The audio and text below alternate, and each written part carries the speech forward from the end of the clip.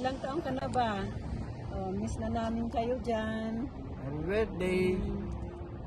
Sana magkita-kita tayo. Baka next year, kita-kita tayo dito kina Kuya mo, Darby.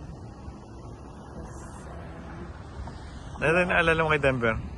naalala ko kay Nuno. Maliit pa. Ayan, madalas ay tutoring niya sa Chinese.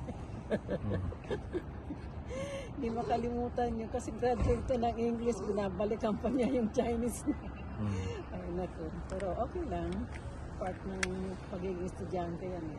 At least nakatapos naman yung tao. Ngayon, kasi kasuhin nga lang ninyo yung dalawa ninyong anak, si Denver, si Dean at saka Daisy. Tracy.